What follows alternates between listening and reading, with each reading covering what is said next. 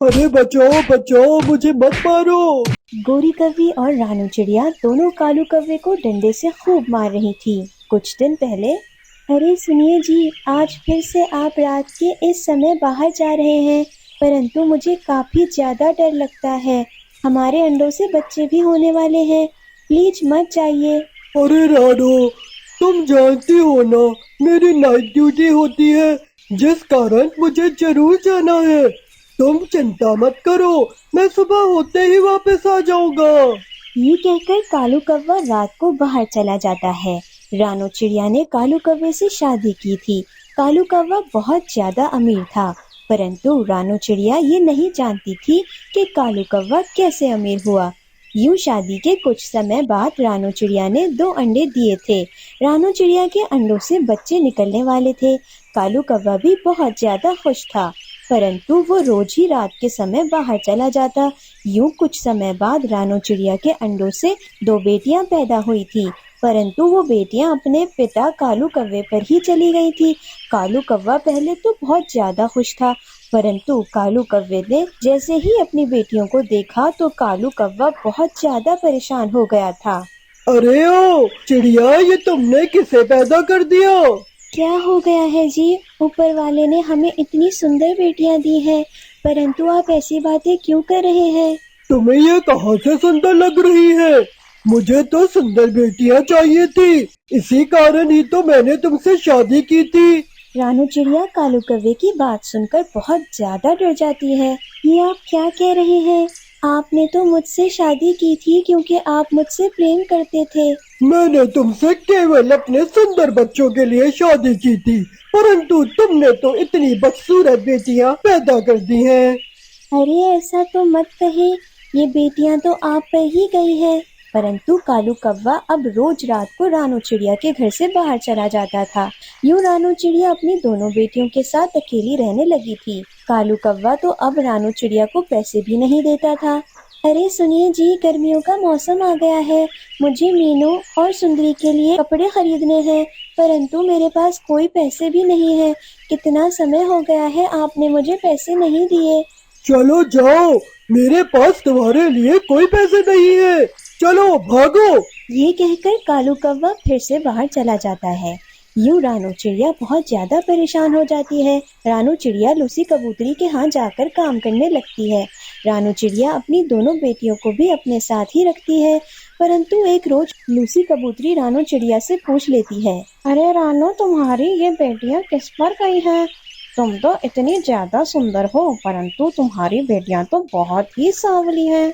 अरे क्या बताऊं मैं कबूतरी बहन, मैंने कालू कौवे से शादी की थी। ये बेटी अपने पिता पर गई है। काश मेरी बेटियां सुंदर होती और मुझ पर जाती तो मेरे पति यूं मुझे छोड़कर ना जाते। ये क्या बात कर रही हो रानो? तुम उसी कालू कौवे की बात कर रही हो ना, जो रोज रात को पक्षियों के घर जाकर चोरी करता है। वो तो पहले से शादीशुदा है, उसकी शादी तो गोरी कौवी से हुई है।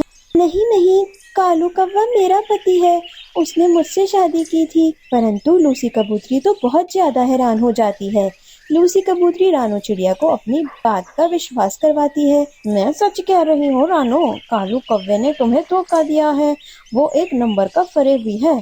अगर तुम्हें मेरी बात का विश्वास नहीं है तो खुद गोरी कौवी के घर चली जाओ, तुम्हें सारा सच पता चल जाएगा। नहीं नहीं, ऐसा हो ही नहीं सकता। मेरे पति तो विदेश के जंगल में जाकर दिन रात काम करते हैं, उनकी नाइट ड्यूटी होती है, तभी तो वो मुझसे नहीं मिलते। मेरी बेटियां सुंदर नहीं है, इस कारण वो मुझसे नाराज हो गए हैं, परंतु वो मुझसे बहुत प्रेम करते हैं। मैं यूं इन पर शक नहीं कर सकती। यूं रानू चिड़िया लूसी कबूतरी की कोई बात नहीं मानती। उसे अपने पति कालू पर बहुत ज्यादा विश्वास होता है, परंतु वहीं दूसरी ओर कालू कौवा गोरी कौवी के यहाँ जाता है। अरे ये देखो गौरी, मैं क्या लाया हूँ। अरे बाप रे बाप, ये तो इतना सुंदर हार है, ये कहाँ से ले आए हो? देखो तो सही, ये हार तुम पर कितना सज रहा है। गोरी कौवी वो हार तुरंत ही पहन लेती है और गोरी कौवी बहुत ज्यादा खुश हो जाती है। परंतु अगर किसी को पता चल गया कि ये हार तुमने चुराया है और तुम पकड़े गए तो हमारा क्या बनेगा? सभी पक्षी हमें मार डालेंगे। शुभ शुभ बोलो, कुछ भी नहीं होगा। जंगल के किसी पक्षी को नहीं पता कि मैं चोरी करता हूँ। यूं कालू कौवा गोरी कौवी के साथ समय बिताता है। कुछ समय बाद सुबह हो जाती है।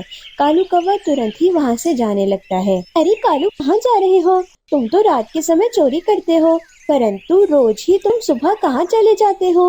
वो मैं नदी के पास जाकर प्लानिंग करता हूँ कि मैंने किस पक्षी के घोंसले में जाकर चोरी करनी है। अच्छा, ये बात है। जाओ, परंतु जल्दी वापस आना। यूं कालू कौवा गोरी कौवी के हाथ से रानू चिड़िया की ओर चला जाता है। रानू चिड़िया अपनी बेटियों के साथ उस समय पैसे गिन रही थी, जो रानू चिड़िया लूसी कबूतरी के यहाँ काम करके कमा कर लाई थी। कालू कौवा वो पैसे देखकर बहुत ज्यादा खुश हो जाता है और रानू चिड़िया से वो सारे के सारे पैसे छीन लेता है। अरे देखिए, प्लीज ये पैसे वापस कर दे। ऐसा मत करे, ये पैसे तो मैंने बहुत मुश्किल से कमाए हैं। इन पैसों से तो मैं सुंदरी और मीनू की शॉपिंग करना चाहती थी। अरे तो क्या हुआ, मैं सुंदर सुंदर कपड़े लेकर आऊंगा, इसीलिए तो ये पैसे लिए हैं। यूं कालू कौवा रात होते साथ ही रानू चिड़िया के हाथ से गोरी कौवी के पास चला जाता है। कालू कौवा सारे पैसे गोरी कौवी को दे देता है। अरे वाह, ये पैसे कहाँ से लाए हो? ये मैं तुम्हारे लिए लाया हूँ, इससे तुम ढेर सारी शॉपिंग करना। गोरी कौवी बहुत ज्यादा खुश हो जाती है, परंतु अगले रोज रानू चिड़िया कालू कौवे से कहती है, अरे सुनिए जी, आप हमारे लिए इन पैसों से कपड़े नहीं लाए, वो पैसे कहाँ किए हैं आपने?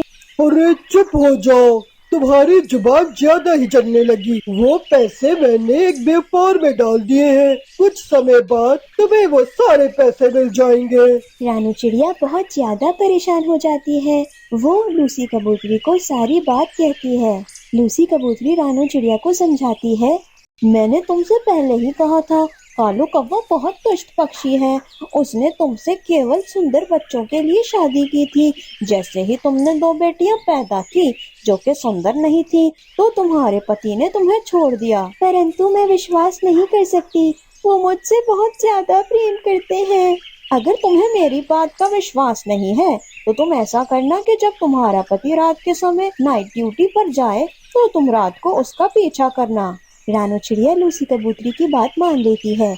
जैसे ही रात को कालू कौवा रानू चिड़िया के घर से जाता है, उसके तुरंत बाद ही रानू चिड़िया कालू कौवे का पीछा करती है, परंतु कालू कौवा तो गोरी कौवी के घर चला जाता है। अरे कालू, कल तुमने मुझे जितने भी पैसे दिए थे, मैंने उन सब पैसों की ढेर सारी शॉपिंग की है। ये देखो मेरे सुंदर सुंदर कपड़े। हाँ हाँ, अब देखना, मैं यूं ही तुम्हें ढेर सारे पैसे दिया करूँगा। कालू कौवे और गोरी कौवी की बातें रानू चिड़िया सुन लेती है। अरे मुझे तो विश्वास ही नहीं हो रहा कि मैंने कालू कौवे जैसे फरेबी पक्षी से शादी की है, परंतु मेरा तो सारा जीवन बर्बाद हो गया है। लूसी बहन तो सच कहती थी, परंतु मैंने तो उनकी बात पर विश्वास ही नहीं किया। अब मैं क्या करूं? रानू चिड़िया रोते रोते वापस अपने घर चली जाती है, परंतु अब रानू चिड़िया एक फैसला करती है। अगले रोज सुबह होते ही रानू चिड़िया अपनी दोनों बेटियों के साथ गोरी कौवी के घर चली जाती है। गोरी कौवी जैसे ही उठती है तो उसकी नजर रानू चिड़िया पर जाती है। अरे तुम कौन हो और यहाँ क्या कर रही हो? मैं अपने पति के पास ही आई हूँ। अरे पागल हो गई हो, ये मेरा पति है। ये मेरा भी पति है। इस दुष्ट पक्षी ने हम दोनों को धोखा दिया है। इसने मुझसे शादी की थी, परंतु जैसे ही हमारी बेटियां पैदा हुई तो इसने मुझे छोड़ दिया। और हाँ, जिन पैसों से तुमने शॉपिंग की थी, वो भी मैंने ही कमाए थे। गोरी कौवी बहुत ज्यादा परेशान हो जाती है। नहीं, ये चिड़िया झूठ बोल रही है। कालू कौवा वहाँ से भागने लगता है, परंतु गोरी कौवी कालू कौवे को पकड़ लेती है। सच सच बताओ कालू, क्या ये चिड़िया सच कह रही है? नहीं नहीं, ये झूठ बोल रही है। परंतु उसी समय सुंदरी चिड़िया और मीनू चिड़िया कालू कौवे को पापा पापा कहकर बुलाने लगती है। तभी गोरी कौवी 2 डंडे लेकर आती है। वो एक डंडा रानू चिड़िया को दे देती है। रानू चिड़िया और गोरी कौवी दोनों मिलकर अब कालू कौवे को खूब मारती हैं।